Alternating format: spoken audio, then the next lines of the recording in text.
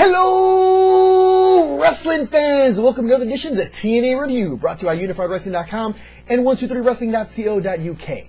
As always, I'm your host, Caesar Scorpio here, getting you through the review show for Impact Wrestling, March 15th, 2012. Now, this show gets started here with James Storm, the #1 contender, talking about his situation here with his old ex-buddy, Bobby Roode, ex-beer money compadre.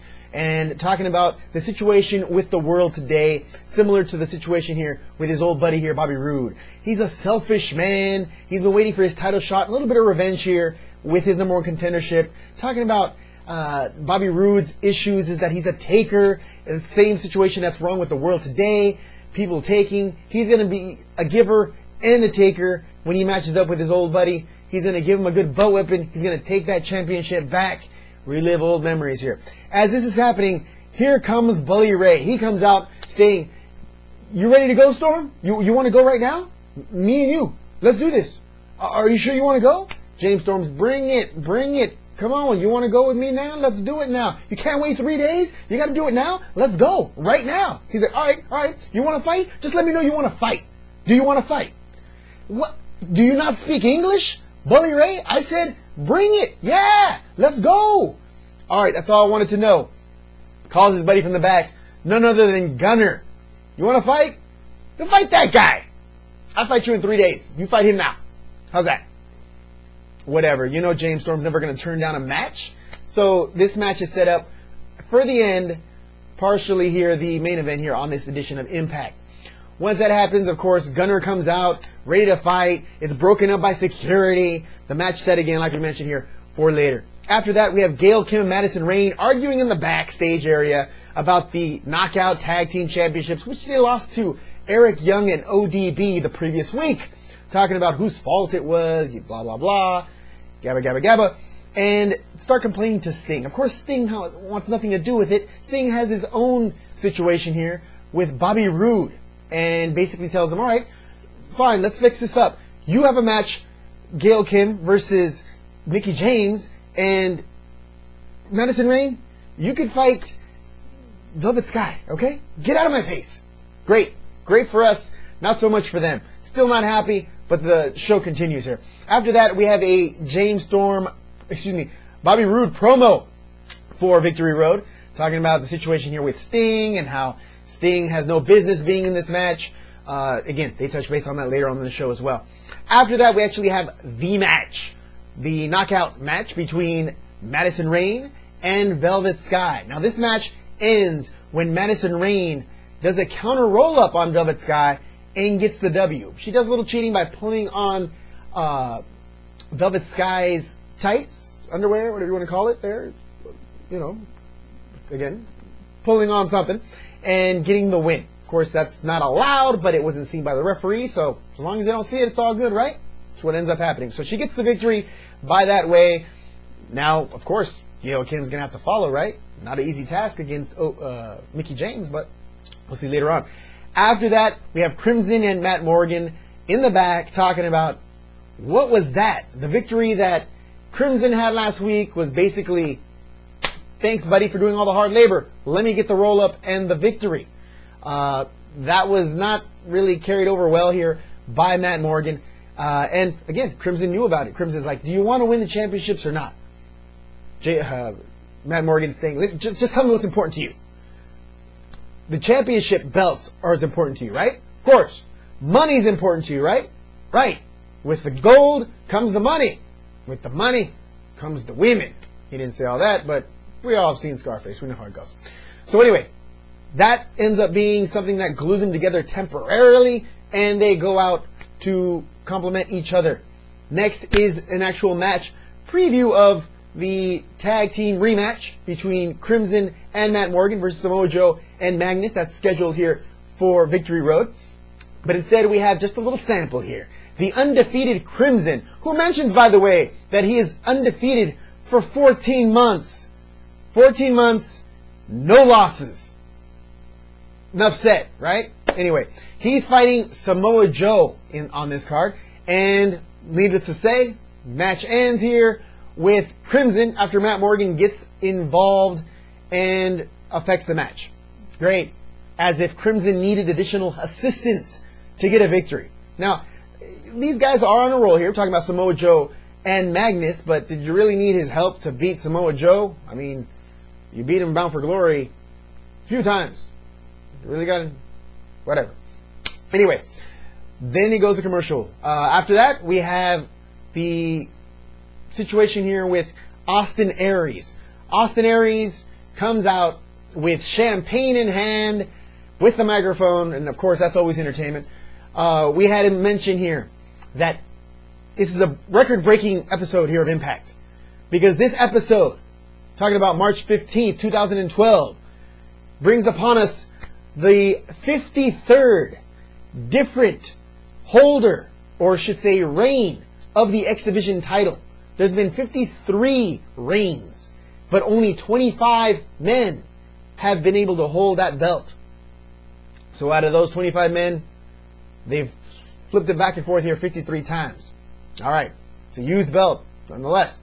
Anyway, the longest running ownership or title reign, we should say, is Austin Aries. Old title reign record was 182 days.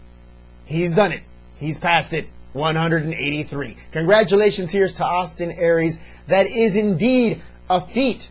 Seems like just yesterday he won that belt. But no, it's been 183 days. Wow. Is he due for him to lose it to Zema Ion? Really?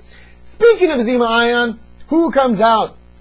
Zema Ion. Zema Ion comes out. I embarrassed you the last time we had a match here. I'm going to do to you what I did to Jesse Sorensen. Really? You're going to go there? Jesse Sorensen? All right. That could happen to you too. Austin Aries talk like you got hair on your nuts. Slow your roll, Turbo. All right. I'll let you do the toast. Of course, Zema Ion's not one to take that line down. Take the toast. Basically going to whoop your butt. Come Sunday. Have a champagne fight. Both guys get wet. And basically, voila, we set up the match here for Victory Road, of course. All right. After that, we have another little segment here where Joseph Parks, a.k.a. Abyss, with Gunner. Have you seen my brother? You're from Immortal, right? Yeah, but I have a match. Have you heard? No, I have a match. I got to go. Gunner just takes off. This was back in the trailer area. Again, where they're going here with Joseph Parks, when he's going to advise, it's me, with a haircut. But whatever, Abyss is still missing apparently. But Joseph Parks is all over the place. All right. After that, we have a little Eric Young and ODB segment here. Where do we get married? Talking about getting married at the Y. Talking about getting married in a bowling alley. Elks Club Lodge. Then he remembers he got thrown out of the bowling alley. Why don't we get married in the ring? Impact. Nothing can go wrong there, right? Obviously, they didn't see Jeff Jarrett and Karen Jarrett renew their vows. Really? Wasn't he the ring bearer in that ceremony?